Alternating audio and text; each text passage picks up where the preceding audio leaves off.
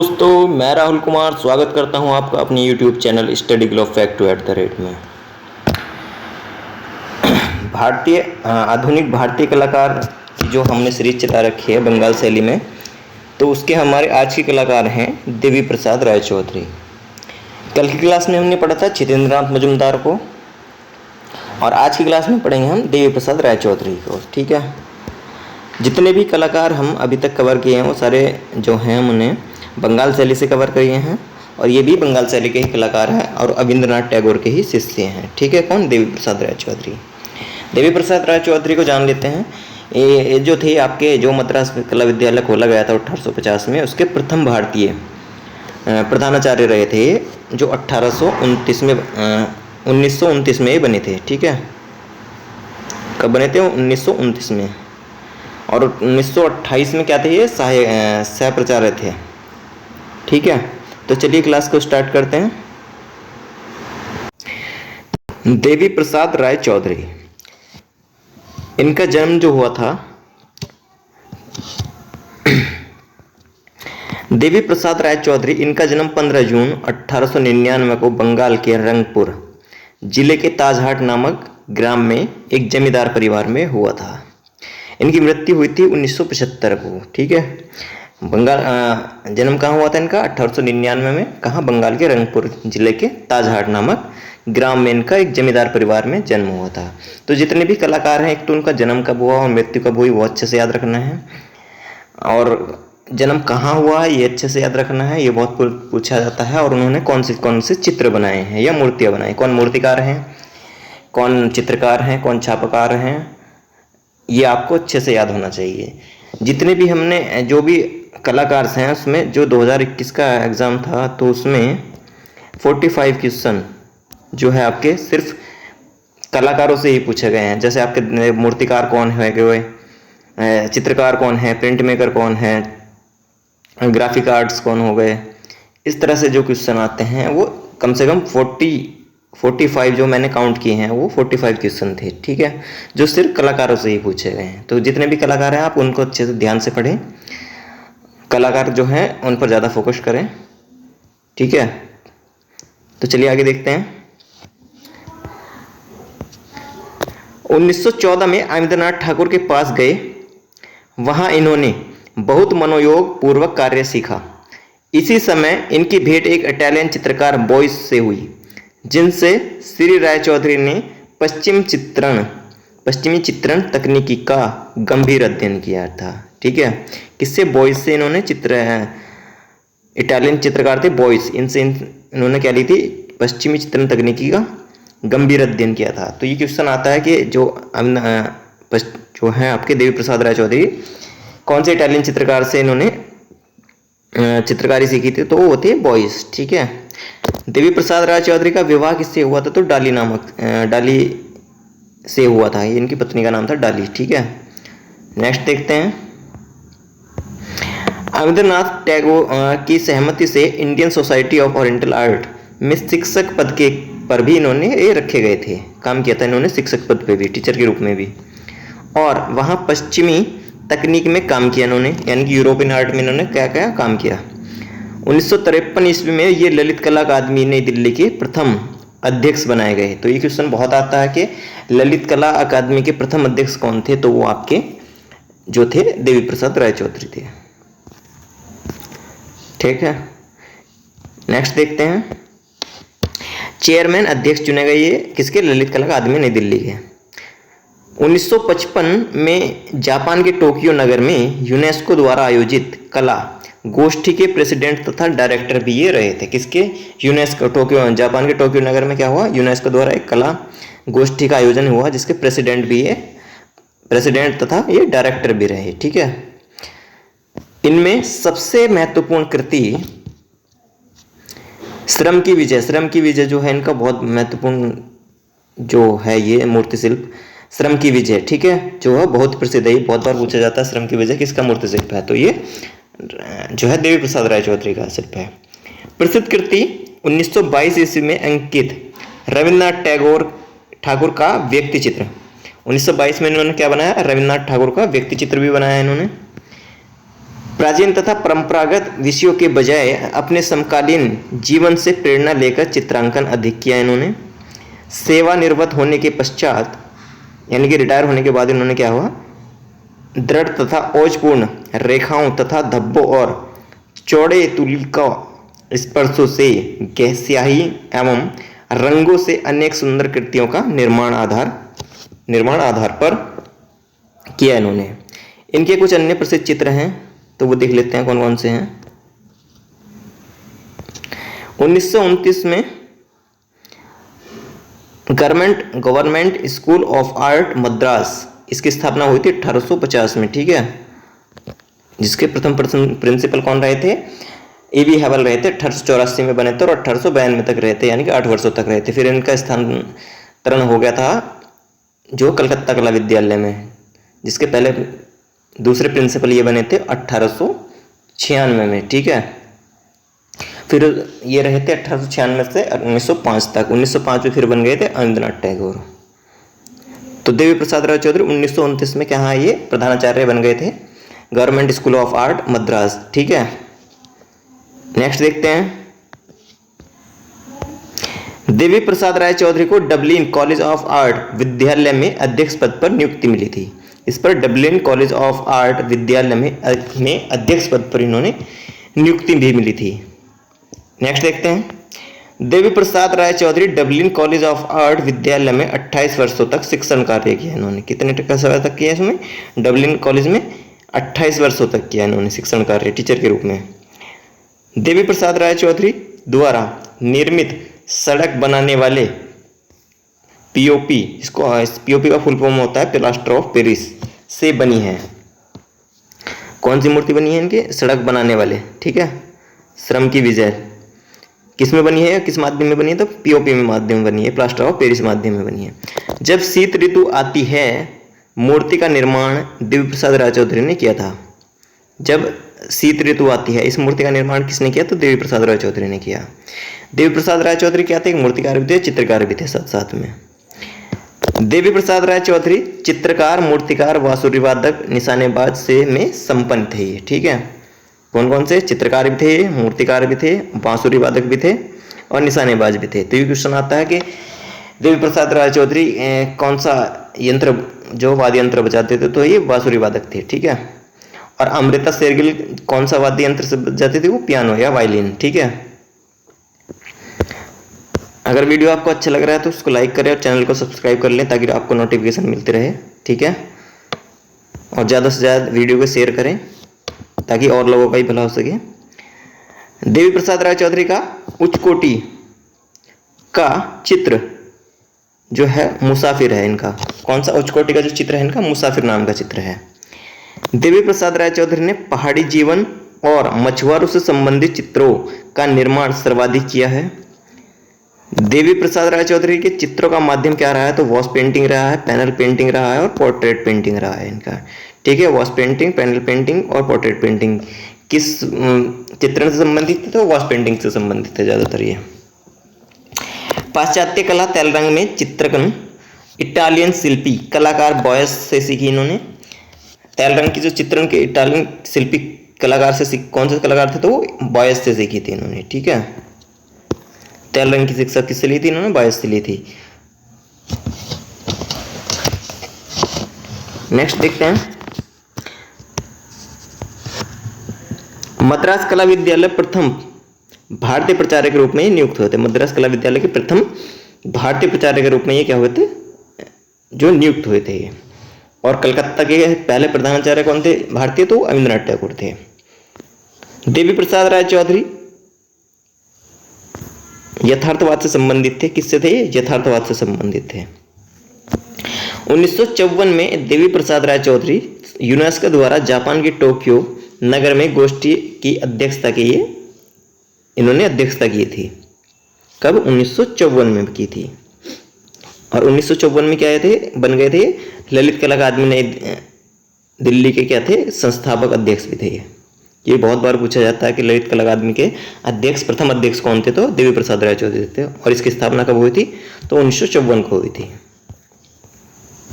Next देख लेते हैं, देवी प्रसाद राय चौधरी को भारत सरकार द्वारा 1958 ईस्वी को पद्म भूषण पुरस्कार से सम्मानित किया गया था। कब किया गया था? 1958 को। प्रथम पद्म भूषण किसको दिया गया था? तो यामिनी राय को दिया गया था। ठीक है, कब दिया गया था? तो 1955 में। ठीक है, कला के क्षेत्र में। और पद्म विभूषण किसको दिया गया था? तो नंदलाल बोस को दिया गया था, 1954 में दिया गया था। ठीक है, प्रथम किसको दिया गया था? विभूषण। पहले पद्म विभूषण होता है, फिर उससे छोटा पद्म भूषण होता है, फिर पद्मश्री होता है। ठीक है, ये जो अवार्ड के प्रकार हैं, पहले कौन सा होगा? पद्म विभूषण, फिर पद्म भूषण, फिर पद्मश्री। ठीक है, तो प्रथम पद्म विभूषण किसको मिला था? नंदलाल बोस को 1954 में। प्रथम पद्म भूषण मिला था 1955 को यामिनी राय को, और पद्मश्री मिला था आपका जो है के.जी. सुब्रमण्यम को। उस के.जी. सुब्रमण्यम को नहीं मिला था, वो मिला था आपके सुधीर रंजन शास्त्री को, जो है आपका 1957 में मिला था। कब मिला था? 1957 को प्रथम पद्मश्री से नवाजे गए थे सुधीर रंजन शास्त्री, जो एक चित्रकार भी थे और मूर्तिकार भी थे साथ में, और वह शैली के भी ये कलाकार रहे थे। तो पद्म विभूषण सबसे पहले किसको मिला था? नंदलाल बोस को 1954 में, और पद्म भूषण सबसे पहले यामिनी राय को मिला था 1955 में, और पद्मश्री मिला था सुधीर रंजन शास्त्री को 1957 में। ठीक है, और देवी प्रसाद राय चौधरी को मिला तो ये 1958 को मिला है पद्म भूषण। नेक्स्ट देख लेते हैं, राष्ट्रीय ललित कला अकादमी, जिसकी स्थापना 5 अगस्त 1954 ईस्वी को नई दिल्ली के रविंद्र भवन में हुई थी। इसके प्रथम अध्यक्ष देवी प्रसाद राय चौधरी थे। हिरण्य में राय चौधरी देवी प्रसाद राय चौधरी के दादा थे। कौन थे? हिरण्य में राय चौधरी, ये देवी प्रसाद राय चौधरी के क्या थे? दादा थे। मूर्तिकला में प्रशिक्षण हिरण्य राय चौधरी से सीखा। मूर्तिकला में प्रशिक्षण किससे सीखा इन्होंने? हिरण्य राय चौधरी जो इनके दादा थे, उनसे इन्होंने कैसा मूर्तिकला का प्रशिक्षण लिया है। ठीक है, इसके बाद इनका चित्रकला से ज्यादा मूर्तिकला में रुझान हो गया था। इनके मूर्ति शिल्प पर रोंदा और बोरदेले का प्रभाव था। तो ये क्वेश्चन भी आता है कि जो इनके मूर्ति शिल्प पर किसका प्रभाव था? तो रोंदा और बोरदेले का। रोंदा और बोरदेले कौन थे? पाश्चात्य कलाकार थे।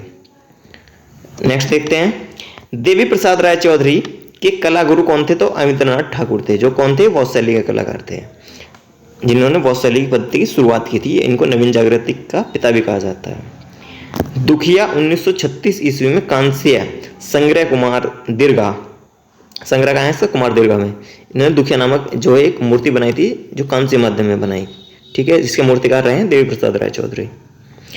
देवी प्रसाद राय चौधरी के चित्रण के विषय निम्न अधिकांश में महिला होते हैं। ये भी बहुत बार पूछा गया कि देवी प्रसाद राय चौधरी के चित्रण के विषय में अधिकांश कौन है? तो वो महिलाएं हैं। ठीक है, ये इंपॉर्टेंट है आपके लिए। देवी प्रसाद राय चौधरी चित्रकार से अधिक मूर्तिकार के रूप में प्रसिद्ध हुए थे। किसमें? चित्रकार से अधिक मूर्तिकार के रूप में ये प्रसिद्ध हुए थे।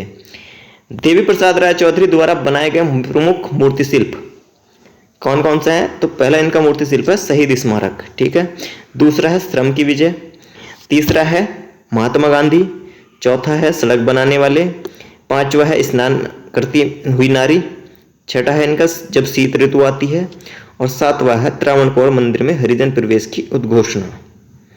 ध्वंस देवता, ये भी इनका चित्र है, ये भी इनकी मूर्ति शिल्प है।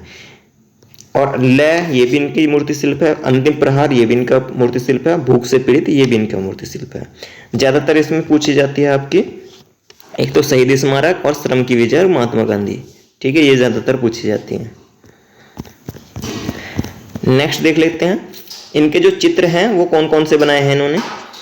तो देवी प्रसाद राय चौधरी के प्रमुख चित्र कौन कौन से हैं? तो नेपाली लड़की, ये इंपॉर्टेंट है। ठीक है, अंतिम प्रहार, भूख से पीड़ित, भूटिया औरत, तिब्बत की बालिका, मुसाफिर इंपॉर्टेंट है। ठीक है, पूछी गई बहुत बार। जीवन, निर्वाण, खतरनाक रास्ता, कोतूहल, ये इनके चित्र हैं। और भी हैं, देखते हैं कौन कौन से हैं। पर्सी ब्राउन, ठीक है, ओसी गांगुली, लेपचा, तूफान के बाद, आरती, स्नान का घाट, दुर्गा पूजा, यात्रा। ये क्या थे, इनके चित्र थे। ठीक है, चित्र और मूर्ति को हमने कवर कर लिया। और अन्य प्रसिद्ध चित्र हैं इनके कौन कौन से हैं वो देख लेते हैं। हरा और सुवर्ण टेम्परा माध्यम में बनाया हुआ है इन्होंने।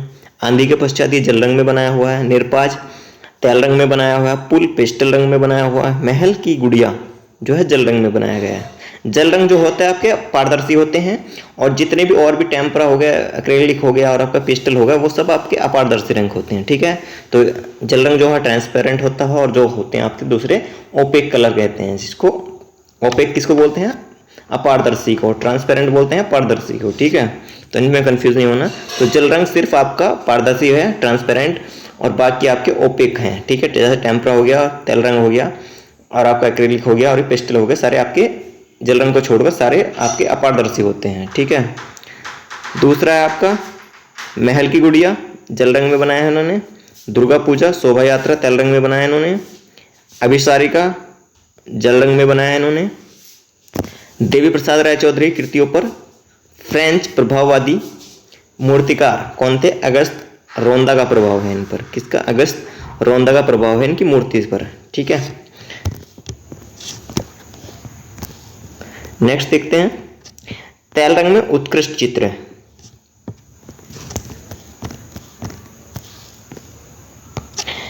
इन्होंने जल रंग में काम किया है, टेम्परा में भी काम किया है, पेस्टल में भी काम किया है। ठीक है, बंगाल शैली के कलाकार 1958 का में भारत सरकार के द्वारा पद्म भूषण सम्मान उपाधि से भी इनको सम्मानित किया गया है। ठीक है, शहीद स्मारक इसमें क्या है, पटना सचिवालय के सामने, ये कहाँ बनी हुई है शहीद स्मारक, तो पटना सचिवालय के सामने 1965-56 में कांस्य धातु में बनाई गई।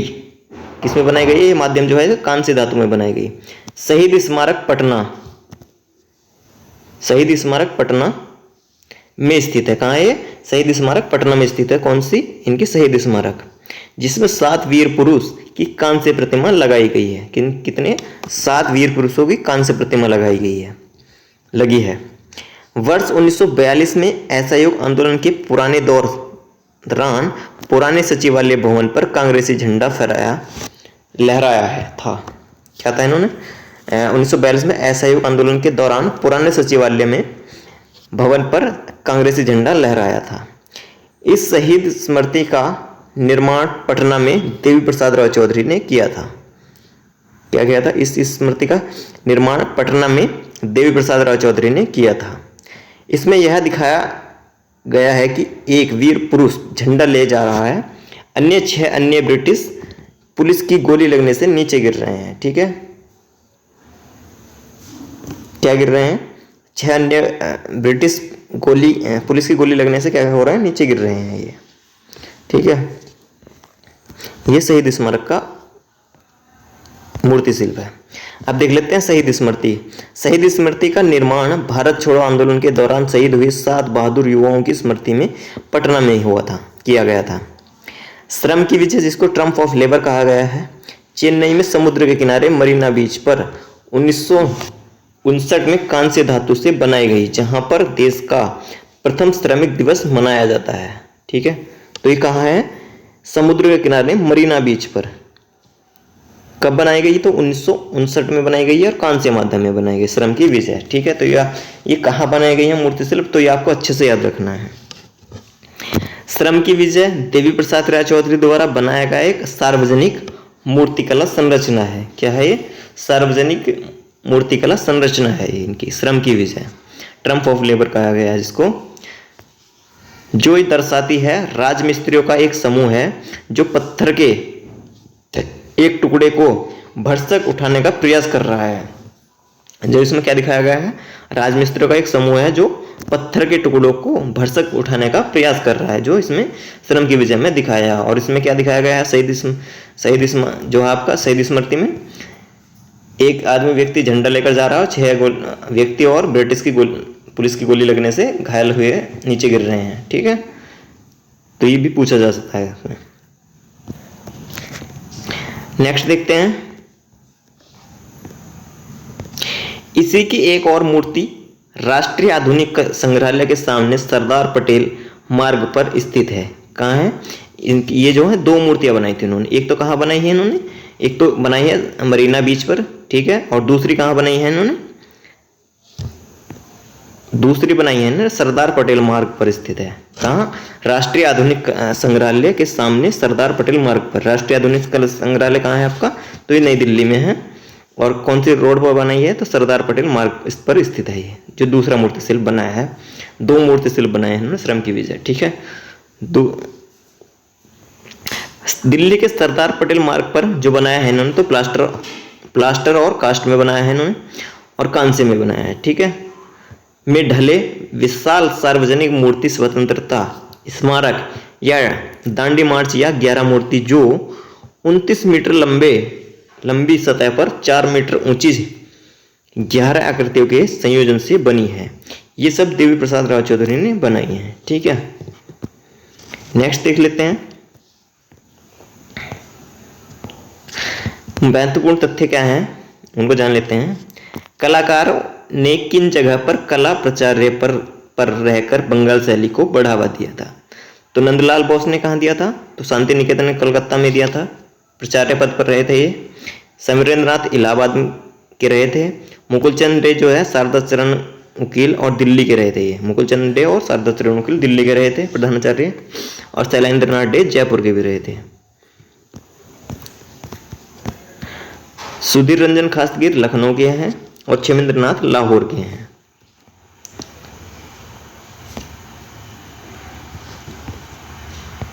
देवी प्रसाद एक सफल चित्रकार के अतिरिक्त एक विख्यात मूर्तिकार भी थे।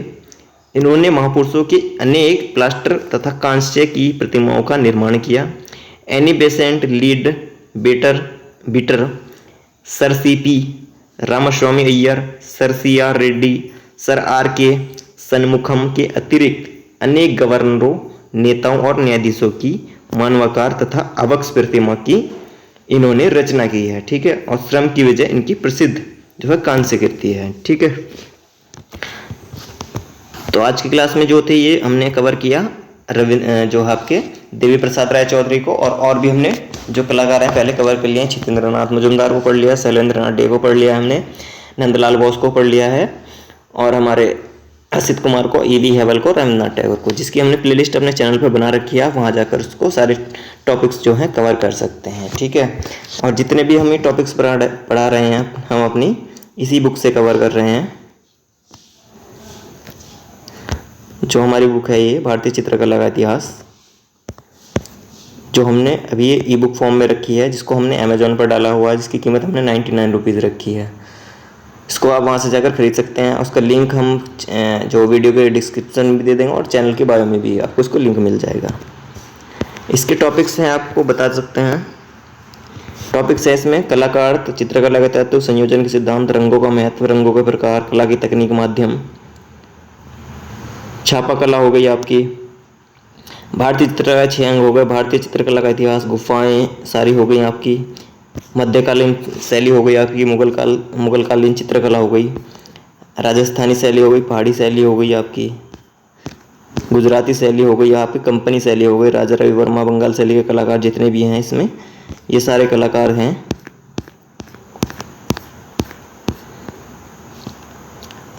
सौंदर्य शास्त्र हो गया आपका, भारतीय कला का संबंधित पुस्तक व लेखक हो गए, भारत के प्रमुख चित्रकार हो गए, भारत के प्रमुख मूर्तिकार हो गए, भित्ति चित्रकार, मूर्तिकार, प्रसिद्ध प्रिंट मेकर, भारतीय चित्रकारों की शैली, बंगाल शैली के चित्रकारों, आधुनिक चित्रकला के चित्रकार, भारत में प्रमुख कार्टूनिस्ट, अशोक के शिलालेख, भारत के महत्वपूर्ण मंदिर, भारत के प्रमुख दर्शनीय स्थल, भारत के प्रमुख वाद, विश्व के प्रमुख वाद, प्रमुख शैली, यूरोपीय शैलियाँ का उदय, भारत के घनवादी कलाकार, भारत के कला ग्रुप, भारत में स्थित राष्ट्रीय संग्रहालय, भारतीय चित्रकला द्वारा बनाए गए चित्र श्रृंखला, भारतीय चित्रकारों के नाम को उनकी दी गई उपाधियाँ, कला के क्षेत्र में भारत रत्न, विभूषण, महत्वपूर्ण ग्रंथ व लेखकों के नाम, वैदिक कला होगी, सल्तनत कला होगी आपकी, और सिंधु घाटी सभ्यता होगी। ये सारे टॉपिक्स आपको इस बुक में मिल जाएंगे, ठीक है।